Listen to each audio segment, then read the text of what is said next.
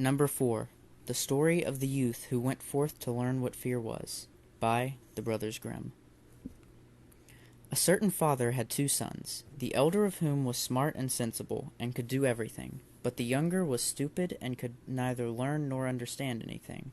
And when people saw him, they said, "There's a fellow who will give his father some trouble." When anything had to be done, it was always the elder who was forced to do it. But if his father asked him to fetch anything when it was late, or in the night time, and the way led through the churchyard, or any other dismal place, he answered, "Oh no, father, I'll not go there, it makes me shudder," for he was afraid. Or when stories were told by the fire at night which made the flesh creep, the listeners sometimes said, "Oh, it makes us shudder." The younger sat in a corner and listened with the rest of them, and could not imagine what they could mean. "They are always saying, 'It makes me shudder, it makes me shudder.' It does not make me shudder," thought he. "That, too, must be an art of which I understand nothing." Now it came to pass that his father said to him one day, "Listen to me, you fellow in the corner there. You are growing tall and strong, and you too must learn something by which you can earn your living. Look how your brother works, but you do not even earn your salt." "Well, father," he replied, "I am quite willing to learn something. Indeed, if it could but be managed, I should like to learn how to shudder. I don't understand that at all yet."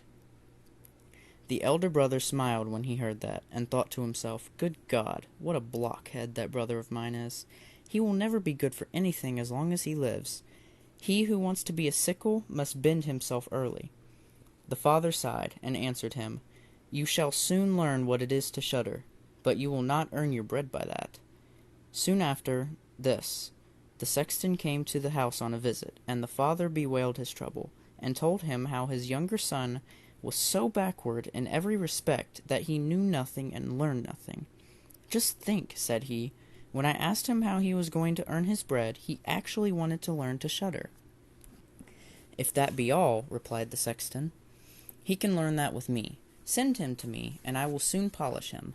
The father was glad to do it, for he thought, "It will train the boy a little." The sexton therefore took him into his house, and he had to ring the bell. After a day or two, the sexton awoke him at midnight, and bade him arise and go up into the church tower and ring the bell. "You shall soon learn what shuddering is," thought he, and secretly went there before him. And when the boy was at the top of the tower and turned round, and was just going to take hold of the bell rope, he saw a white figure standing on the stairs opposite the sounding hole.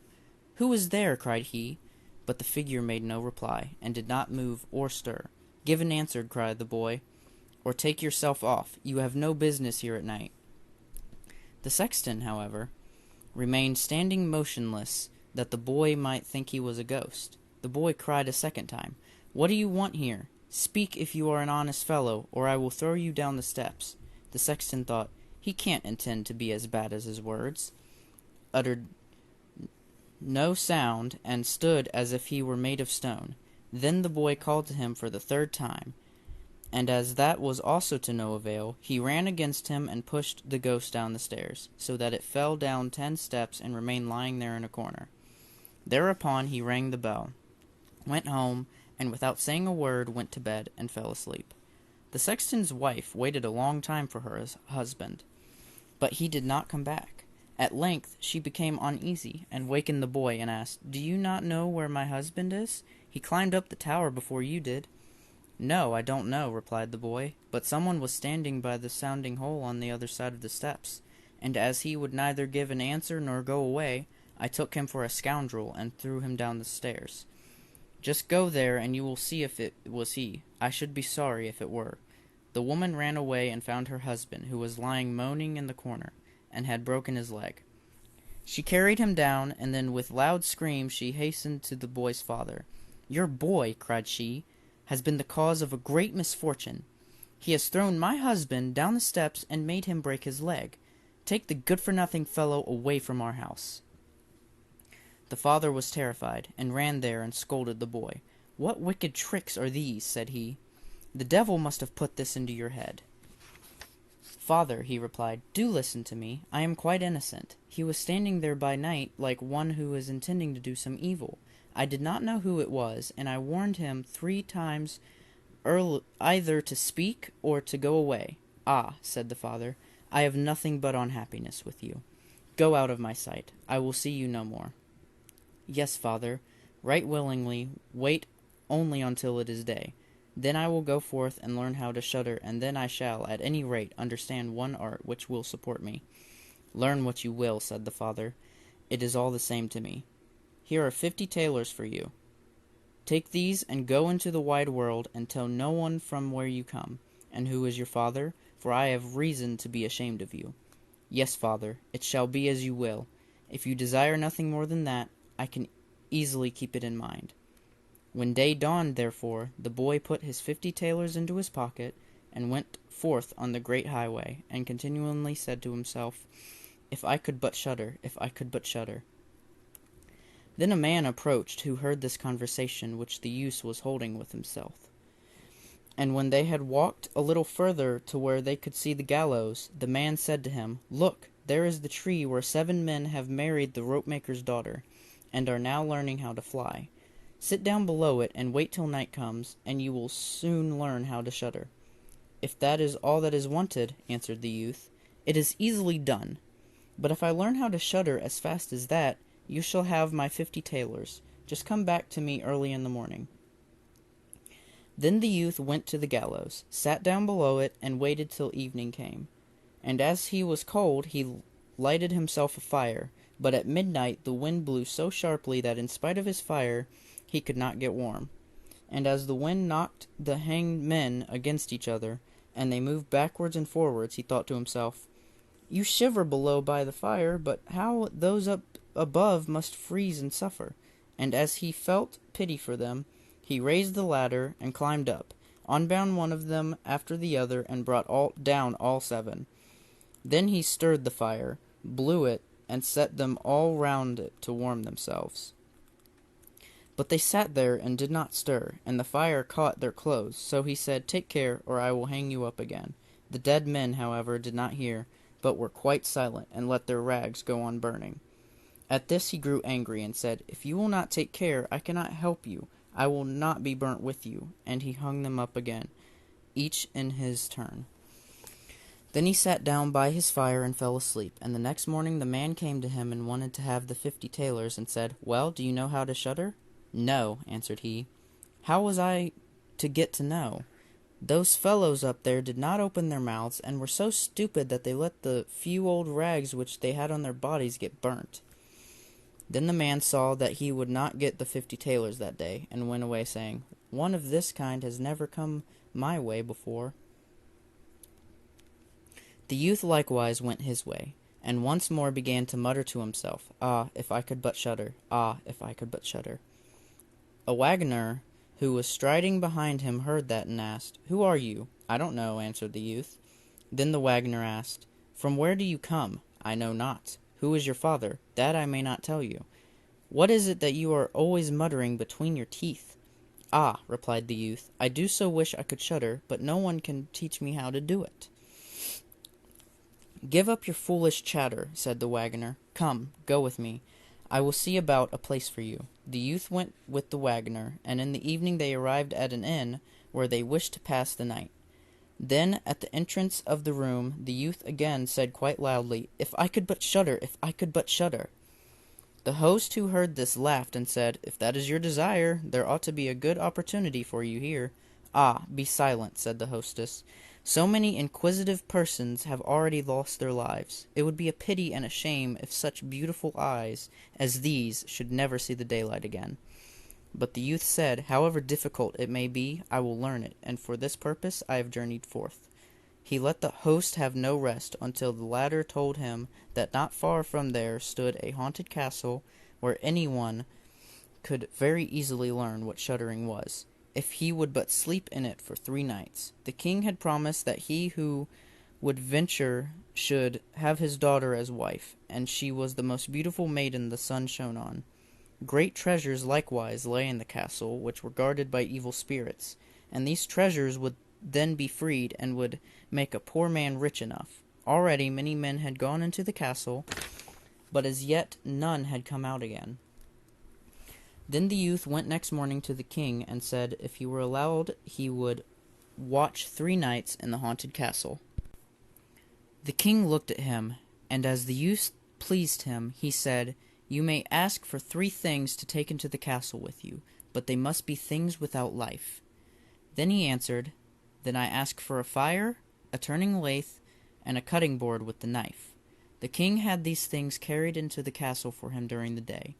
When night was drawing near, the youth went up and made himself a bright fire in one of the rooms, placed the cutting board and knife beside it, and seated himself by the turning lathe. "Ah, if I could but shudder," said he, "but I shall not learn it here either." Towards midnight he was about to poke his fire, and as he was blowing it, something cried suddenly from one corner, "Ow, me-oo, how cold we are!" "You simpletons," cried he, "what are you crying about? If you are cold, come and take a seat by the fire and warm yourselves." And when he had said that, 2 great black cats came with one tremendous leap and sat down on each side of him, and looked savagely at him with their fiery eyes. After a short time, when they had warmed themselves, they said, "Comrade, shall we have a game at cards?" "Why not?" he replied, "but just show me your paws." Then they stretched out their claws. "Oh," said he, "what long nails you have! Wait, I must first cut them for you." Thereupon he seized them by the throats, put them on the cutting board, and screwed their feet fast. "I have looked at your fingers," said he, "and my fancy for card playing has gone." And he struck them dead and threw them out into the water. But when he had made away with these 2, and was about to sit down again by his fire, out from every hole and corner came black cats and black dogs with red-hot chains, and more of them came until he could no longer stir. And they yelled horribly, and got on his fire, pulled it to pieces, and tried to put it out. He watched them for a while quietly, but at last when they were going too far, he seized his cutting knife and cried, "Away with ye, vermin!" and began to cut them down. Part of them ran away, but the others he killed and threw out into the fish pond. When he came back, he fanned the embers of his fire again and warmed himself. And as he thus sat, his eyes would keep open no longer, and he felt a desire to sleep. Then he looked round and saw a great bed in the corner. "That is the very thing for me," said he, and got into it. When he was just going to shut his eyes, however, the bed began to move of its own accord, and went over the whole of the castle. "That's right," said he, "but go faster." Then the bed rolled on as if 6 horses were harnessed to it, up and down, over thresholds and steps, but suddenly, hop, hop, it turned over upside down and lay on him like a mountain. But he threw quilts and pillows up in the air, got out, and said, "Now anyone who likes may drive," and lay down by his fire and slept till it was day. In the morning the king came, and when he saw him lying there on the ground, he thought the evil spirits had killed him and he was dead. Then said he, "After all, it is a pity. He is a handsome man." The youth heard it, got up, and said, "It has not come to that yet." Then the king was astonished, but very glad, and asked how he had fared. "Very well indeed," answered he. "1 night is past, the 2 others will get over it likewise." Then he went to the innkeeper, who opened his eyes very wide and said, "I never expected to see you alive again. Have you learned how to shudder yet?" "No," said he, "it is all in vain. If someone would but tell me." The 2nd night he again went up into the old castle, sat down by the fire, and once more began his old song, "If I could but shudder." When midnight came, an uproar and noise of tumbling about was heard. At first it was low, but it grew louder and louder. Then it was quiet for a while, and at length, with a loud scream, half a man came down the chimney and fell before him. "Hullo!" cried he, "another half belongs to this. This is too little." Then the uproar began again, there was a roaring and howling, and the other half fell down likewise. "Wait," said the youth, "I will just blow up the fire a little for you." When he had done that and looked round again, the 2 pieces were joined together, and a frightful man was sitting in his place. "That is no part of our bargain," said the youth. "The bench is mine." The man wanted to push him away. The youth, however, would not allow that, but thrust him off with all his strength, and seated himself again in his own place. Then still more men fell down, one after the other. They brought 9 dead men's legs and 2 skulls, and set them up and played at 9-pins with them. The youth also wanted to play, and said, "Can I join you?" "Yes, if you have any money." "Money enough," replied he, but your balls are not quite round." Then he took the skulls and put them in the lathe and turned them till they were round. "There, now they will roll better," said he. "Hurrah, now it goes merrily." He played with them and lost some of his money, but when it struck 12, everything vanished from his sight. He lay down and quietly fell asleep. Next morning the king came to inquire after him. "How has it fared with you this time?" asked he. "I have been playing at ninepins," he answered, "and have lost a couple of farthings." "Have you not shuddered then?" What?" said he. "I have made merry. If I did but know what it was to shudder." The third night he sat down again on his bench and said quite sadly, "If I could but shudder." When it grew late, 6 tall men came in and brought a coffin. Then said he, "Ha ha! That is certainly my little cousin who died only a few days ago," and he beckoned with his finger and cried, "Come, little cousin, come." They placed the coffin on the ground, but he went to it and took the lid off, and a dead man lay therein. He felt his face, but it was cold as ice. "Stop," said he, "I will warm you a little," and went to the fire and warmed his hand and laid it on the dead man's face, but he remained cold. Then he took him out and sat down by the fire and laid him on his breast and rubbed his arms that the blood might circulate again. As this also did no good, he thought to himself, "When 2 people lie in bed together, they warm each other," and carried him to the bed, covered him over, and lay down by him. After a short time the dead man became warm too, and began to move.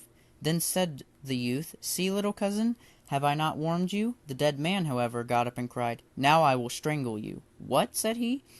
"Is that the way you thank me? You shall at once go into your coffin again." And he took him up, threw him into it, and shut the lid.